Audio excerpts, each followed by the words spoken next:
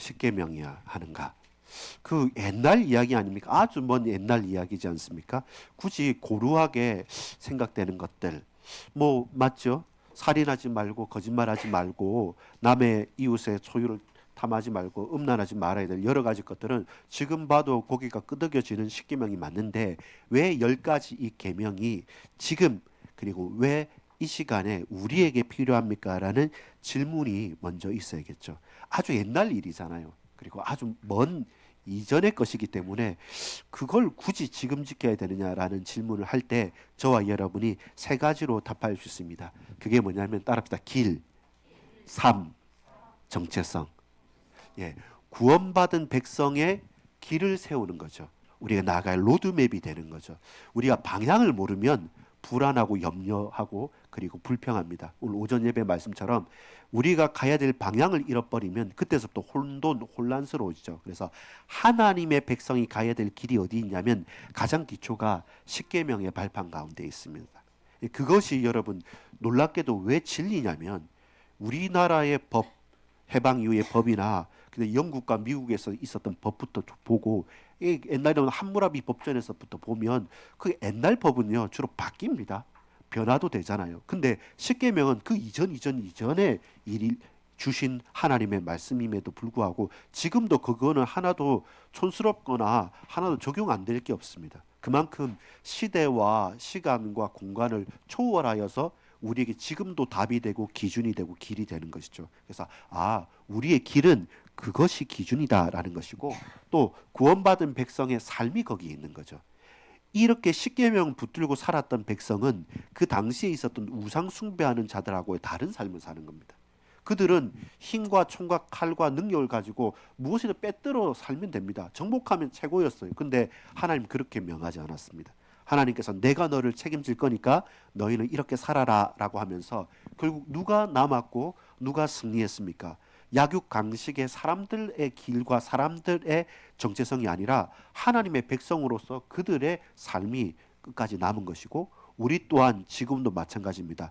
촌스럽고 옛날의 법 10가지 그거 왜 지켜라고 하지만 그 하나하나의 그 십계명 자체가 지금도 우리에게는 완성되어졌어요. 어떻게?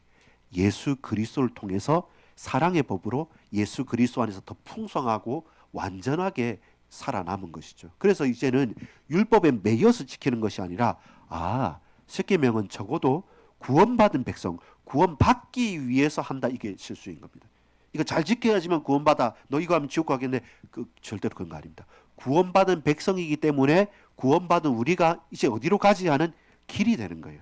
또한 저와 여러분의 삶의 참 기준이 되어지고 우리가 다르죠. 적어도 하나님의 말씀을 따라서 사는 사람들, 도덕적이다 혹은 윤리적이다 혹은 그 사람 잘됐다 착하고 못됐다라는 게 아니라 삶의 기준이 하나님의 말씀에 있고 그 십계명이 오늘도 우리에게 힘이 되는 것은 그 속에서 예수 그리스도로 말미암아 완성되어진 축복이 저와 여러분에게 고백되어지는 것이죠. 그것을 우리가 잘 고백할 필요가 있습니다. 그래서 여러분 오늘의 한 문장 주제입니다. 우리 한번 읽어볼까요? 시작. 십계명은 명령이 아니라 은혜, 구원으로 시작합니다. 그래서 우리가 이걸 바꿔버리면 안 돼요. 그래서 순서의 문제가 있어요.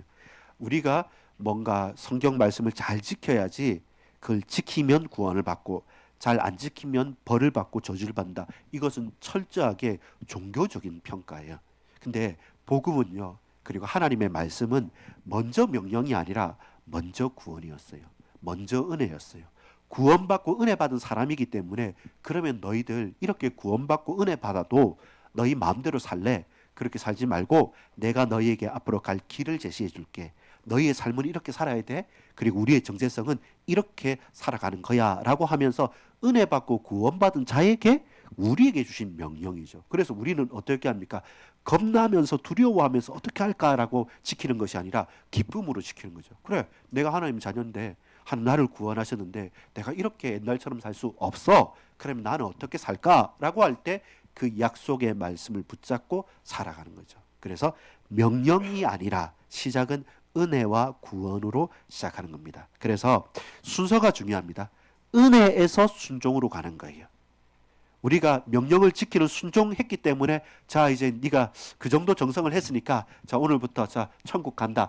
요게 아닙니다. 이것이 철저하게 우상 숭배와 나쁜 종교들이 말하는 사람을 옥죄는 방법이기 때문에 저와 여러분 신앙은요 내 가슴에 내 감정적으로 막 좋다 나쁘다가 아니라 내 감정을 넘어선 참 진리의 길을 찾은 것이죠. 그래서 여러분 이 중요한 내용이 뭐냐면 많은 사람들이 길을 잃어버린 거예요.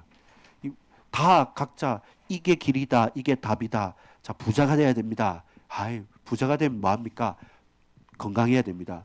건강하면 뭐합니까? 마음이 병들었는데 서 각자 진리는 아니고 일리는 있어요. 맞아요. 건강하고 부자도 필요하고 마음도 편해야 되죠. 근데 마음이 편하다고 해서 아무 문제가 없느냐? 몸만 건강하다고 해서 그러면 만사형통이냐? 아니면 돈이 많으면 모든 문제는 없느냐? 결국 그렇지 않거든요. 사람이 말하는 것은 하나의 일리는 있지만 평생의 유일한 참 길은 우리에게 밝히 보여주지 않는 것이죠. 그래서 우리는 쉽사리 길을 잃습니다. 내가 맞다고 생각하고 달려갔는데 막상 가보니까 너무 허무하고 흔들리기도 합니다. 그래서 우리에게 변하지 않는 헷갈리지 않는 참된 길은 오직 예수밖에 없는 거죠. 그래서 그 길을 갈 수 있도록 우리에게 먼저 정확한 길을 제시한 것이 십계명의 길인 것이죠. 이것을 지키고 이것을 붙들고 살아간다. 그러면 적어도 너희들은 인생을 살아가는 가운데 길을 잃거나 거기서 방황하지 않는 사람들이 되는 것이죠. 하나님을 향해 어떻게 살아갈 건가? 사람과 인생을 향해서 어떻게 살아갈 건가? 그걸 딱 분명히 알면 저와 여러분이 방향 잃지 않는 것이죠. 동시에 이것은 우리의 후대들을 향한 하나님의 약속입니다.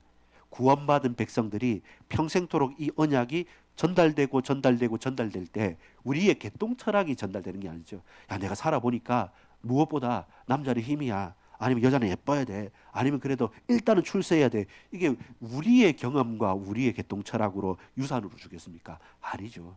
우리가 흔들리더라도 불변하는 하나님의 말씀인 율법, 그 십계명이 적어도 우리의 후대들이 내가 길을 잃지 않았듯이 우리 후대들과 또한 우리의 모든 자녀들에게 참된 모델로서 길로서 그리고 전달해야 될 삶의 지침이 되는 것이죠. 그래서 해야 한다는 부담이나 하지 말아도 된다. 이게 조금 헷갈리는 부분이 있는데 그게 뭐냐면 보세요. 한편에서는 이거 꼭 지켜야 된다고 이런 말하는 사람들이 있습니다. 근데 안 지키는 것보다 지키는 게 좋습니다. 그건 분명합니다. 근데 지키지 않으면 막 저주가 될 것처럼 못 지키면 그 순간 지옥에 떨어질 것처럼 그런 두려움과 그런 감정을 우리에게 일으키면 그것은 진리는 아닌 것입니다. 우리 모든 인간은요. 한 사람도 빠짐없이 예수님 외에 모든 계명과 율법을 완벽하게 다 지키고 하나도 어기지 않는 사람이 있냐면 아니에요. 불가능해요. 나 살인하지 않았습니다라고 말하는데 예수님께서는 그 율법을 더 나가죠. 그 율법 학자들이 뭐 지키고 우리 금식도 하고 다 했습니다라고 할 때 예수님 뭐라 하냐면 네가 형제에 대해서 형제에 대해서 바보라고 욕을 했거나 네 마음에 음욕이 있거나 네 마음에서 사람 죽이고 싶다라는 그 생각만 해도 너 살인자다 이러니까 그 율법학자들이 두 손 두 발을 다 드는 거죠. 율법에는 생각 말하지 않았잖아요. 살인하지 말라 했지. 근데 예수님은 아니 생각으로 죄를 범했어, 음욕을 품었어, 이 형제를 욕했어, 그리고 너 그럼 죽는 거와 똑같아. 이렇게 되면 누가 그걸 지키겠습니까? 그래서 여러분 자칫 잘못하면 꼭 지켜야 된다는 것은 그 율법 문자에 매여서 정작 근원인 걸 못 보게 돼요. 그럼 율법주의로 메말라게 되는 거예요. 근데 또 반대로 예수님 믿고 나니까 나 은혜 받았어. 이제 아무 문제 없어. 맞죠? 아무 문제 없는데 문제는 뭐냐면 그렇게 마음대로 살아라는 게 아니었어요. 지난번에 우리 베데스다 목가에 오늘 오전에 읽은 것처럼 한 가지 일 예수님께서 그 38년 된 병자를 고치셨지 않습니까? 나중에 만나서 성전 안에서 뭐라고 하십니까? 야, 다시 죄짓지 말고 다시 그렇게 돌아가지 마라고 말씀하잖아요. 더 이상 그 과거의 죄악과 저주와 운명 가운데 머물지 말라고 말씀한 것처럼 은혜로 구원받았기 때문에 우리는 기쁨으로 이 말씀을 지키는 것이죠. 그래서 여러분 방종하는 것 그것도 아닙니다.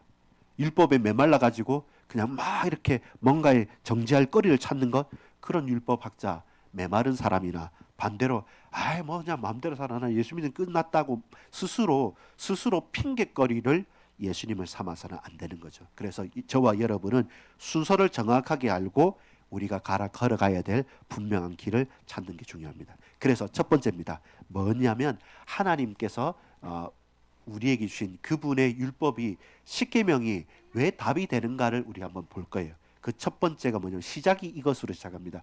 출애굽기 20장 1절 2절로 시작하는데 2절을 같이 한번 읽어볼까요? 시작. 나는 너를 애굽 땅 종되었던 집에서 인도하여 낸 내 하나님 여호와니라. 자, 여기에서 여러분 그 색깔 볼펜이 있으면 아니면 세 가지를 하면 됩니다. 첫 번째는 뭐냐면 나는 여호와니라. 지금 이 말씀을 주는 분이 누구냐면 제가 여러분한테 말한 것도 아니고요. 왕이 말한 것도 아니고 여러분 뭐 박사학위가 몇 개 가진 사람이 말한 게 아니고 나는 여호와니라. 누가 이 말을 하느냐가 중요하잖아요. 누가 약속을 한 게 중요한 거잖아요. 마찬가지입니다. 여러분 그 잘 모르겠지만 그 우리가 대출을 하거나 돈을 빌릴 때 신용에 따라서 은행에 들어가서 제1금융권, 제2금융권, 사채 이렇게 해서 빌려주는 등급이 다릅니다. 등급 따라서 해주기도 하고 안 해주기도 해요. 또 그 사람의 신용에 따라서 더 많이 빌려주기도 하고 적게 빌려주기도 합니다. 세상은 그렇잖아요. 근데 우리는요 사람을 그렇게 판단하는데 사람이 아니라 이 말씀을 하시는 분이 창조주 하나님이신 거죠. 그래서 누가 말씀하십니까?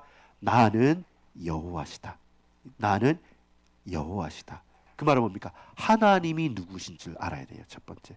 이 십계명의 핵심은 뭐냐면 약속을 잘 지킨다 못 지키냐가 아니라 누가 누구에게 약속을 했냐는 겁니다. 우리끼리 약속했으면 못 지킬 때도 있잖아요. 저와 여러분의 약속과 우리의 부분들은 여러분 스스로 하는 약속 지켜보셨습니까?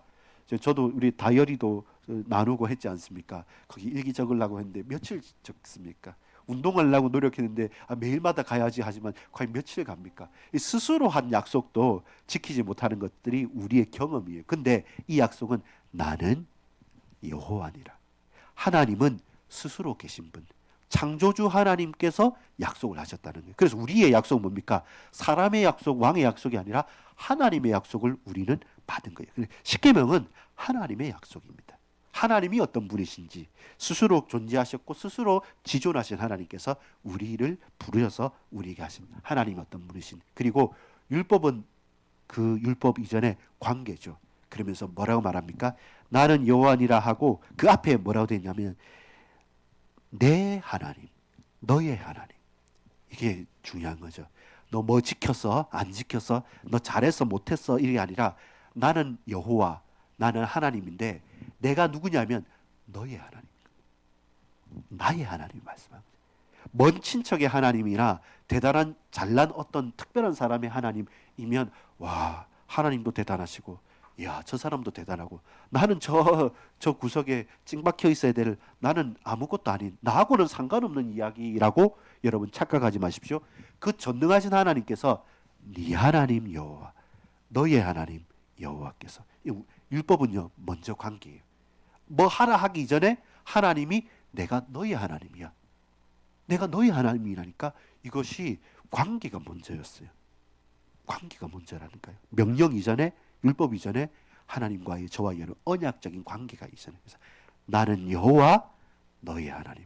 그러면서 자 네가 잘해라 라고 말하지 않고 자신을 설명합니다. 나는 여호와고 나는 너의 하나님이야. 근데 내가 너에게 뭐 했어? 라고 말할 때 여러분 2절 중반절에 읽어보면 나는 너를 어디에서요? 애굽 땅 종되었던 집에서 인도하여 낸 너를 어디요? 인도하여 낸 어디에서요? 애굽 땅 종되었던 곳에서 인도하여 낸 그 하나님이 지금 나의 하나님이고 그 하나님이 지금 우리에게 약속한다는 겁니다. 절대로 우리는 그 애굽 땅 이집트의 노예에서 벗어날 수 없었잖아요. 근데 지금 말씀하신 하나님이 어떤 일이냐면 구원의 하나님이 나를 구원하신 하나님께서 전능하신 하나님께서 지금 약속한다. 이것이 첫 번째였어요. 그래서 우리는 십계명 막 성경 고사하면 1계명이 막 헷갈리기도 하고 천주교에는 좀 다르기도 하거든요. 그래서 5계명, 6계명, 7계명이 8계명이 뭐지? 거짓말인가 안식일인가 밖에 헷갈리는데 그 이전에 우리의 관계, 하나님과의 나의 관계, 하나님은 어떤 하나님이시고 어떤 일을 행하셨는가라는 그 하나님을 아는 것. 그래서 여러분 항상 그래요. 무엇보다 먼저 관계입니다. 하나님과 나의 관계입니다. 아, 여호와 하나님, 나의 하나님, 나를 구원하신 하나님, 이 하나님께서 내게 약속하셨구나. 그럼 우리 믿을 수 있는 거죠. 그렇기 때문에 저와 여러분 그 말씀을 믿고 고백하는 것입니다. 여러분, 너의 하나님, 나의 하나님, 우리의 하나님, 애굽 땅 종되었던 곳에서 우리를 인도하여 낸 하나님.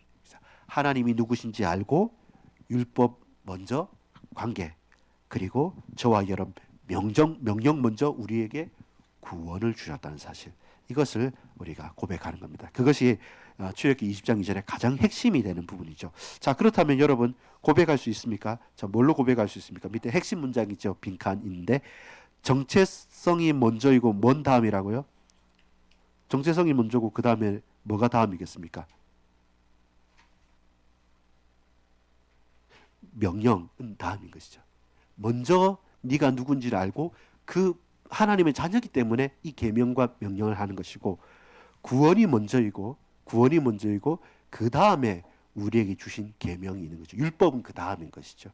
율법을 지켜야 구원받는 게 아니라 구원받은 하나님 백성이기 때문에 율법을 지킬 힘이 있는 것이고 기쁘게 율법도 지키는 것이죠. 이 순서를 우리가 분명히 아는 것이 중요합니다. 두 번째입니다. 근데 이 율법은 아까 말했죠. 왜 지금이냐라고 할 때 옛날 이야기지 않습니까? 너무 촌스럽지 않습니까? 라는데 왜 이 율법의 말씀이 사라지지 않고 지금도 계속되어질 수 있느냐 하면 율법에는 세 가지 기능이 있습니다. 그 기능이 뭐냐면 이런 거예요. 첫 번째는 뭡니까? 따라합시다. 거울. 두 번째는 뭐냐면 이거 뭐겠어요? 울타리. 따라합시다. 울타리. 세 번째는 길. 예, 이 세 가지 기능이 있어요. 하나님의 율법, 하나님의 말씀은 거울이라고 하면 뭐겠습니까? 마주 보는 거잖아요. 거울을 볼 때 우리는, 여러분 아침에 우리 집도 거울이 날립니다. 제 방에 있는 거울이 제일 밝고 조명이 좋다고 해서 항상 제 문 앞에서 한 명씩 바뀌어가면서 계속 이렇게 바르고 있는데, 왜냐하면 거울을 통해서 나를 보잖아요. 말씀을 통해서, 율법을 통해서, 하나님의 약속을 통해서 뭘 보냐면 나를 보는 거죠. 어떤 때는 나의 죄된 모습도 보고요. 어떤 때는 이런 죄인을 구원하신 하나님의 음성을 듣기도 하고요. 저와 여러분이 거울을 보면서 나를 돌이켜보고 내가 어디로 가고 무엇을 하고 있는지 분명히 알게 되는 것이죠. 그 말씀을 통해서 내 삶이, 내 중심이 온전히 드러나게 되는 것이죠. 동시에 율법은 뭐라 했습니까? 울타리라고 했죠. 울타리는 뭐예요? 보호하는 거잖아요. 막 저와 여러분 또 정우가 이렇게 있는데 이렇게 있다가 막 갑자기 뭐 앞으로 뛰어나간다, 뒤로 난다. 그러면 전사님이 항상 정우하고 갈 때는 손 잡고 저 바깥쪽으로도 안 하더라고요.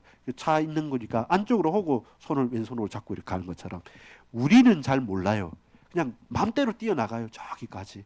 과거에 우리 어렸을 때 혜민이가 막 이렇게 앞에서 막 뛰어가고 있으면 혜은이가 져가지고 혜민아 이렇게 중간에 서서 혜은이 막 애타고 혜민이 막 이리 갔다 저리 갔다 이렇게 갔다 하는데, 그것처럼 뭐냐면 각자가 내가 가야 될 길에 대해서 어디까지라라는 게 울타리가 되는 거예요. 아, 말씀이 가란 데까지 가면 안전하고 평안한 것이고, 말씀이 갈 때는 나도 따라가는 거고, 말씀이 멈추면 거기서 멈춰서 가만히 하나님 뜻을 간구하는 것. 그렇구나.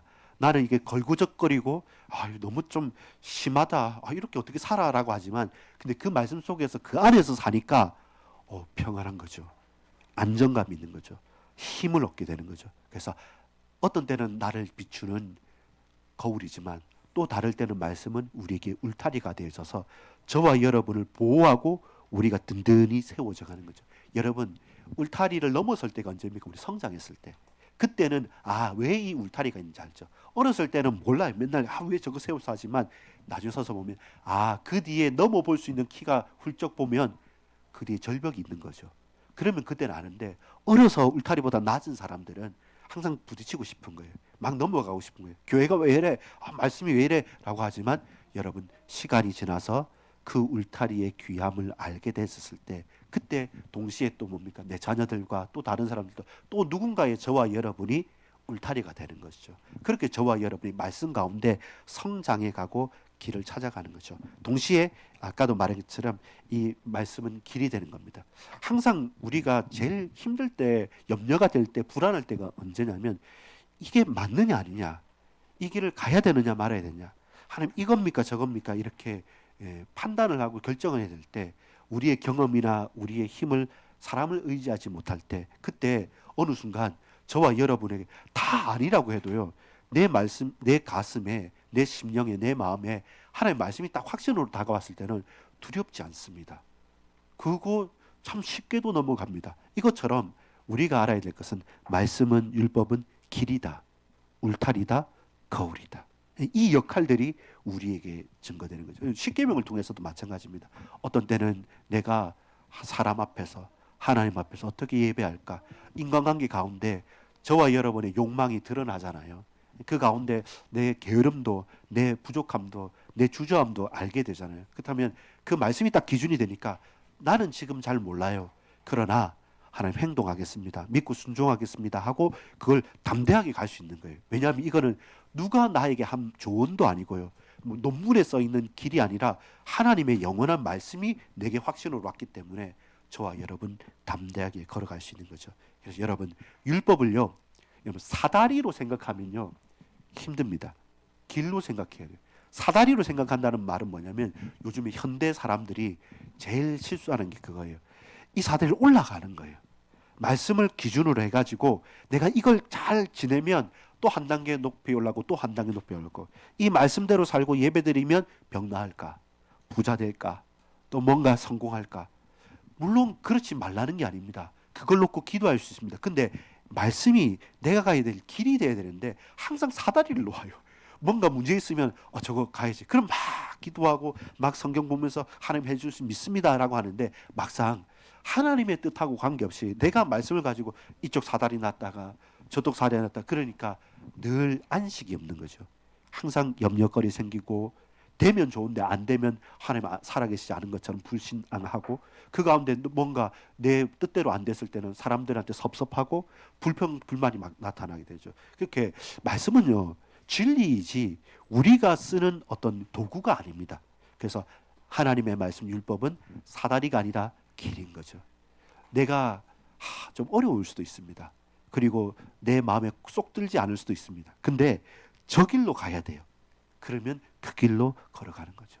그 길로 걸어가서 마지막에 딱 섰을 때, 최후의 최종적인 결승선에 마지막 그 고지에 다다랐을 때 그제서야 돌아보면 하나님이 인도하셨구나라는 것을 말씀을 통해서 우리 아는 거죠. 그래서 여러분, 우리가 주의해야 될 것은 뭐냐면 율법 말씀을 사다리 삼아서 이렇게 저렇게 도구로 활용하지 마시고, 내 마음을 쳐서 나는 혼란스럽거나 불평 불만이 있더라도 말씀을 붙잡고 순종하면서 확신 가지고 가는데, 결국 그것이 돌이켜 봤을 때 이 길로 안 왔으면 어쩔 뻔까, 이렇게 아찔한 경험들 있지 않습니까? 모르고 왔는데, 따라왔는데 이 길이 참 길이고 저 길은 영 망하는 길이었다. 이럴 때 우리는 하나님 앞에 무릎 꿇을 수밖에 없는 것이죠. 이것이 율법 말씀의 기능입니다. 그래서 오늘도 우리가 붙잡는 거예요. 오늘도 하나님의 말씀은, 또 십계명은 가장 분명하고 가장 기준점이 되는 우리의 울타리가 되고 우리의 길이 되고 저와 여러분 거울이 되는 것이죠. 비춰보십시오. 그 안에서 평안하게 달려다니십시오. 그리고 우리에 대해 막막한 방향 가운데 그 율법이 우리에게 길이 되는 것입니다. 자, 근데 여러분, 이것이요, 왜 유대인들하고 예수님 또한 우리가 믿는 이 복음과 차이가 나냐면, 자, 이걸 한번 찾아봅시다. 마태복음 5장 17절에서 19절.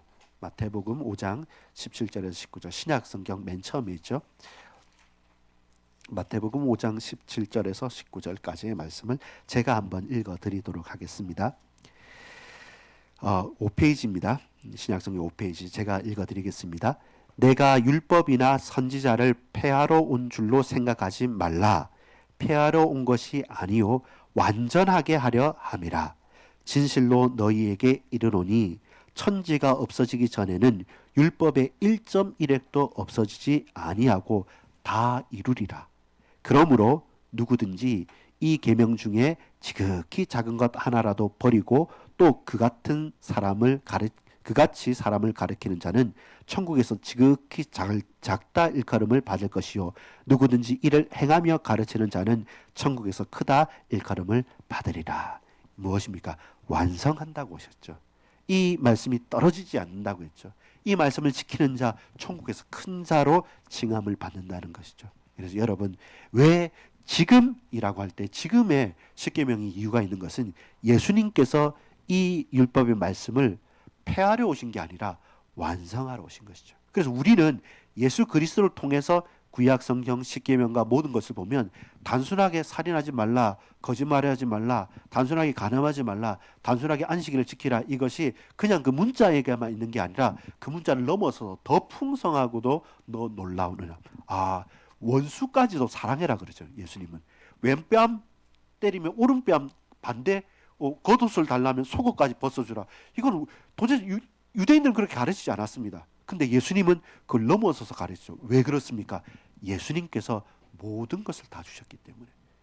우리가 몇 개 가진 거 없는 거 그거 아껴서 하는 게 아니라 하늘과 땅의 모든 권세를 내가 네게 주었다. 아버지와 아들과 성령의 이름으로 가르쳐 지키게 하라. 내가 세상 끝날까지 너희와 항상 함께 있으리라 라고 약속해 주셨기 때문에 그 크고도 놀라운 하나님의 은혜와 역사가 예수 그리스도 안에서 완성되어진 것이죠. 그래서 여러분, 예수님의 율법은 뭡니까? 폐기한 게 아닙니다. 예수님은 율법을 폐기하신 적이 없습니다.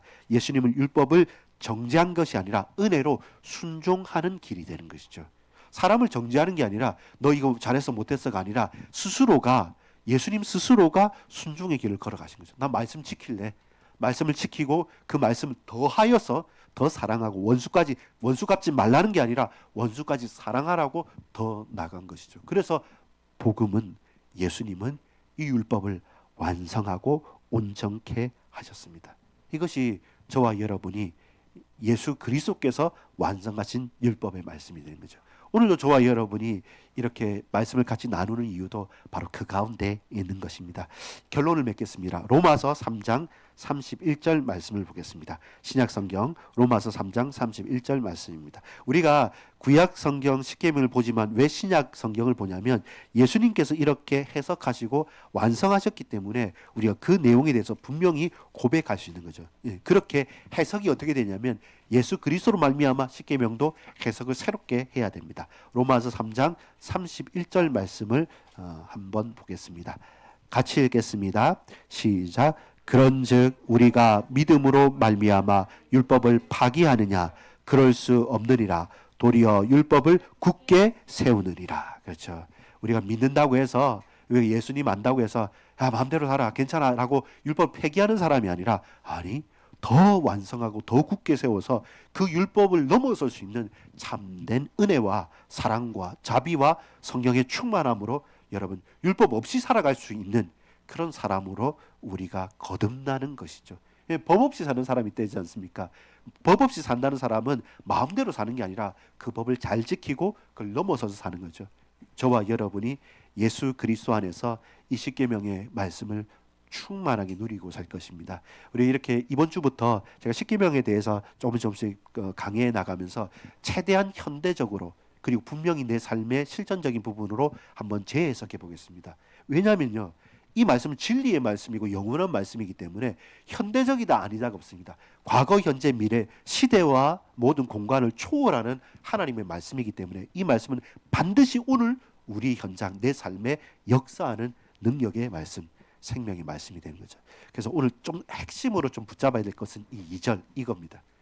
하나님과 그분의 말씀에서 이 약속을 누가 누구에게 하시냐라고 할 때 우리가 자칫 잘못하면 10계명을 1계명부터 10계명까지 다 외워가지고 내가 이거 지켜야지, 못 지키면 어떻게 하냐, 벌벌 떨고 큰일 났네 라고 하면서, 유대인들은요 그걸 잘 지키기 위해서 10계명을 지키기 위한 또 다른 부칙 세칙 해가지고 안식일을 지키려 할 때 안식일날 그러면 뭐가 일이고 뭐가 일 아닌가, 몇 걸음 걸어가는 것은 되고 뭐 하면 안 돼, 이렇게 사람 옥죄는 방향으로 갔잖아요. 그게 바로 못한 겁니다. 그게 잘못한 거고, 핵심은 뭐냐면 이거죠.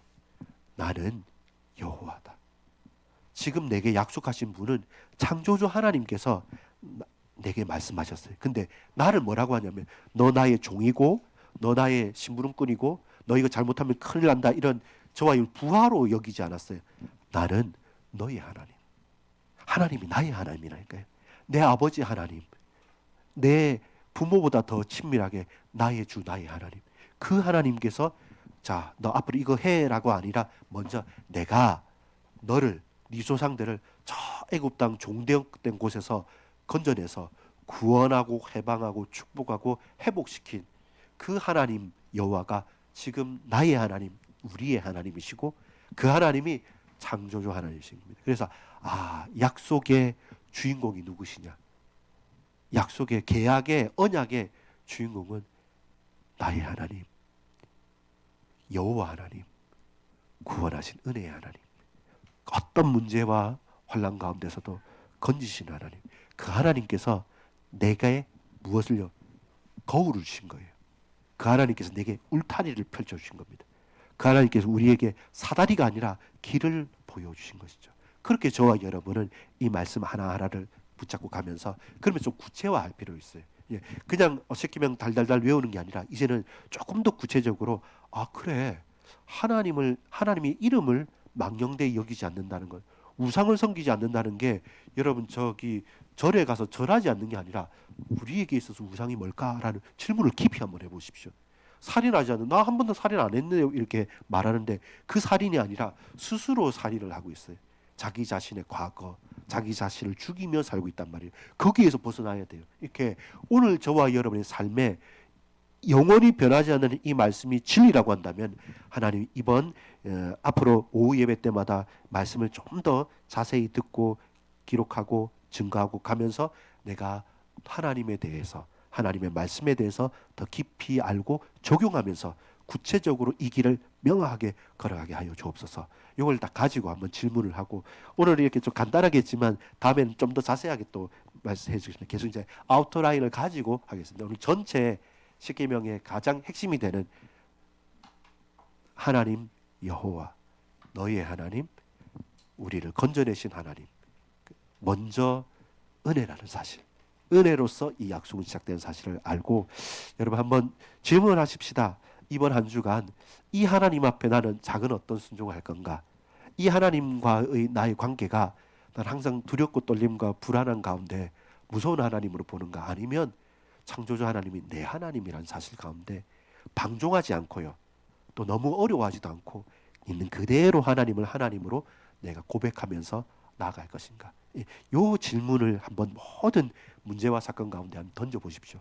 그때서부터 바뀌어지는 은혜가 있을 겁니다. 기도합니다.